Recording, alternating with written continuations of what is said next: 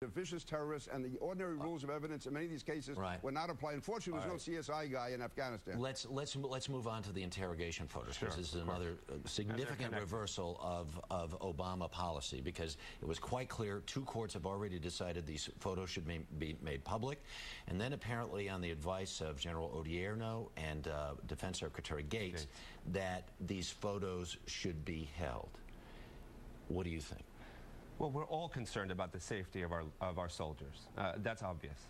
What's also true is that it's not the photos that will put them at risk. It's the policies that authorize torture and abuse that was authorized at the highest levels and that went down the chain of command across the theaters of war. When we're talking about 2,000 photos that talk about abuse or torture under American custody, we're not talking about a few rogue apples. We're not talking about a few rogue soldiers. We're talking about decisions made at the highest levels of our government. And the only way to deal with that would be to have investigations and prosecutions to ensure accountability. We'll get to that in just a second. Congressman, should these photos be made public or should they be kept secret? Absolutely not. They serve absolutely no purpose, and it is absolutely wrong to say this was approved at the highest levels of government. Not just President Bush, but President Obama. President Obama said that those who were guilty of this have been punished. It was a few people, and the fact is anyone involved. This is absolutely disgraceful conduct. They should be punished to the fullest extent of the law. But to somehow think that by floating all these pictures out there, somehow we're going to find that somebody at a high level was involved, this is absolutely wrong. It does put our troops in danger, and it serves no purpose other than, again, to denigrate and downgrade the military of the United States. And this canard is always out there. People at the highest levels approved it. I don't know if anyone at the highest levels approved Abu Ghraib, but if President Barack Obama for a moment thought that somebody at a high level had approved it, he would go after them. But the idea of these harsher interrogation methods have been part and parcel of the Bush administration going back to all the way back to 2002. That's been documented. And people who were convicted in the Abu Ghraib travesty feel, especially the lower level folks, feel like they were scapegoated by this. Might these pictures not, in fact, show that this was endemic and part of the process? No, because there was no connection at all between the CIA memos, the interrogations that were carried out, the extra interrogations of Khalid Sheikh Mohammed and the others have nothing to do with what MP reservists might have been doing in Abu Ghraib. That was out-and-out torture. That was out-and-out humiliation and debasing of prisoners. And there's no way that they knew what was going on as far as the CIA examining Khalid Sheikh Mohammed. That is a phony argument that's thrown out there, and they're trying to meld it all together. The fact is the CIA memos were very precise, very direct. What those others were doing was off on their own, and the ACLU was trying to meld it all together so they can just attack the United States. All right, Anthony Romero, is this an issue of transparency or security? Absolutely, it's about both. And to be clear, the government chose not to make this a question around national security. There are exemptions under the Freedom of Information Act the government chose not to claim. This is a question about how do we redress the secrecy that was endemic in the Bush administration. This lawsuit, I might remind the public, is a lawsuit we filed in October of 2003. We asked for any and all documents related to torture and abuse at Guantanamo, at Abu Ghraib, and in Bagram. The 2,000 photos, the sheer volume of them show that these were not a couple of isolated instances. We're likely to find photos from across all the theaters of war. They are likely to show exactly those enhanced interrogation techniques that were authorized by the Office of Legal Counsel at the highest levels.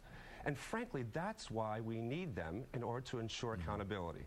2 courts, congressmen, have already said these photos should be made public. Is the only way for the White House to keep them secret to classify the pictures?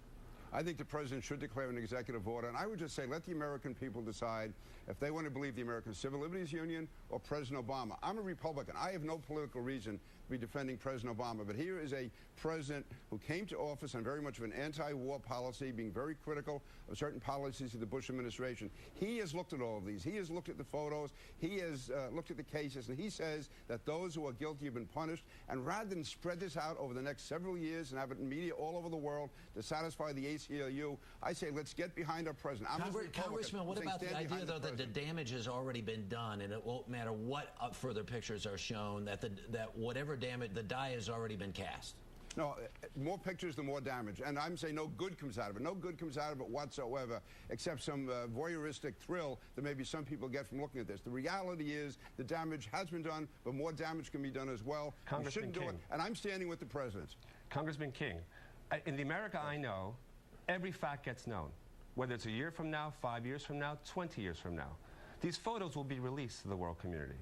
And the question for this president, as he inherits a terrible mess left to him by his predecessors, is how do you make a clean break with that past? How do you ensure that you put us back on a footing that's going to restore our standing at home and abroad?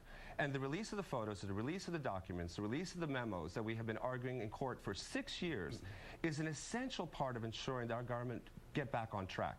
That was a promise he made to us. And great presidents have to make difficult decisions to put a country back on track from the mess they inherited. That's our role. That's our role, to help President Obama do the right thing. Very quickly, Congressman King, former Vice President Cheney wants material gleaned from harsh interrogation methods made public to show that those methods were effective. Should they be made public?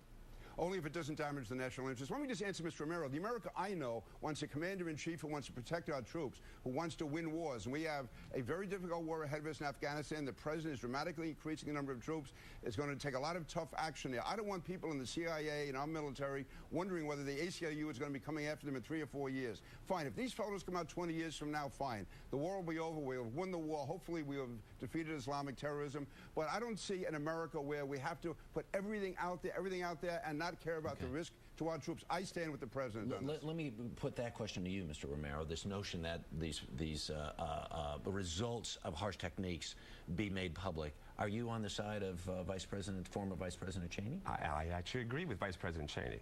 Show me the proof. I think it's a bluff. Frankly, show me the proof. You can redact the documents and make sure that any information gleaned doesn't jeopardize national security. We shouldn't have classified information. But show us the extent to which that information is actually valid. We hear Robert Mueller, the director of the FBI, say in an interview just recently that there was no credible evidence obtained from time is running out. Very quickly, Congressman. Yes. The fact is, George Tenet was appointed head of the CIA by Bill Clinton, says they did work. The fact is, General Hayden, who was appointed head of the NSA by Bill Clinton, and then head of the CIA by President Bush, said they did work. Show me the proof. The current director of national intelligence, President Obama's man, says they did work. So again, if I have to believe these people or the ACLU, which delights in tearing down the U.S., I stand with our government. All right, finally, detainees. President Obama has said he wants Guantanamo closed by next January. What should happen to the people who are left there? They should be transferred to established criminal courts, courts that have been able to handle such cases. The Blind Sheikh, Padilla, Moussaoui, I didn't mention before, Reed. We have the capacity. We have the prisons that can hold them. We have the finest system of justice in the world. Let's use it. Let's not make a new one up. Congressman, where should they end up? They should stay at Guantanamo until the president finds out where they should go. Even Senator Webb, a leading Democrat today, has said that Guantanamo should be kept open beyond next January. The Democrats in the Senate adopted a resolution, an amendment, saying that there should be no Guantanamo detainees brought into this country. So more and more we're finding the American people on one side, the ACLU and the troglodytes from the New York Times on the other, where they belong. And I think President Obama is making the right decisions. And he made a mistake at Guantanamo. I expect to see that reversed by next January. You expect to see a reverse? He should keep it open, you say? I think he's going to keep it open, at least till he find out where they can go. President Bush wanted to close it. President Obama wants it closed, but he made a mistake by setting an arbitrary deadline as they're realizing how dangerous this is to be releasing dangerous people into the United States in a court system that cannot accommodate them. Congressman, thank you very much. Anthony Romero, we thank you very much for your